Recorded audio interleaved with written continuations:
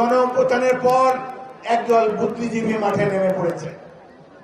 এই বুদ্ধিজীবীরা 17 বছর একটা শব্দ উচ্চারণ করে নাই শেখ হাসিনার ফ্যাসিস্ট সরকারের বিরুদ্ধে।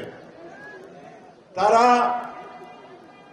বরঞ্চ এই ফ্যাসিস্ট সরকারকে প্রত্যক্ষ এবং পরোক্ষভাবে সহযোগিতা করেছে। এখানে মিডিয়া প্রতিনিধিরা রয়েছেন, সেখানে মিডিয়া সম্মেলনে কি ধরনের তৈলমর্দন করা হতো আপনারা সবাই লক্ষ্য করেছেন। এইভাবে এই দেশকে একটি ব্যর্থ রাষ্ট্রের দিকে নিয়ে চলেছে ক্রমাগত।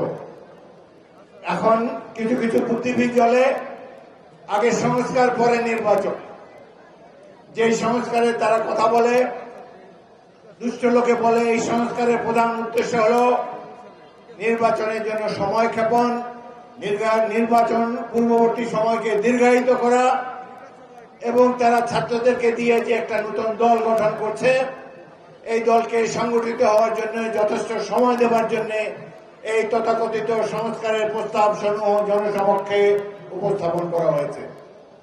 শেখ হাসিনা চলে গিয়েছে, শেখ হাসিনা পালিয়ে গিয়েছে, সংস্কারের অর্ধেক তো হয়ে গিয়েছে।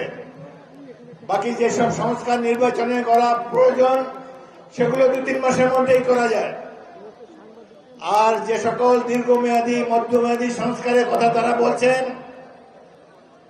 এই সব সংস্কার করার প্রকৃত অধিকার রয়েছে নির্বাচিত গণপ্রতিনিধিদের। নির্বাচিত পার্লামেন্ট এই ধরনের সংস্কার করতে পারে। সংবিধান সংস্কার করার অধিকার আর কারো নাই নির্বাচিত প্রতিনিধি ছাড়া। সুতরাং বিএনপির পক্ষ থেকে আমরা দাবি চেয়েছি, স্বল্পতম সময়ের মধ্যে নির্বাচন দিতে হবে। যে সমস্ত সংস্কারের কথা আকাশে বাতাসে বেড়ে বেড়াচ্ছে, বুদ্ধিজীবীরা ছড়িয়ে দিচ্ছেন, ছাত্রদের মুখ দিয়ে বলাচ্ছেন, সেই সব সংস্কার নির্বাচিত গণপ্রতিনিধিরা করবে।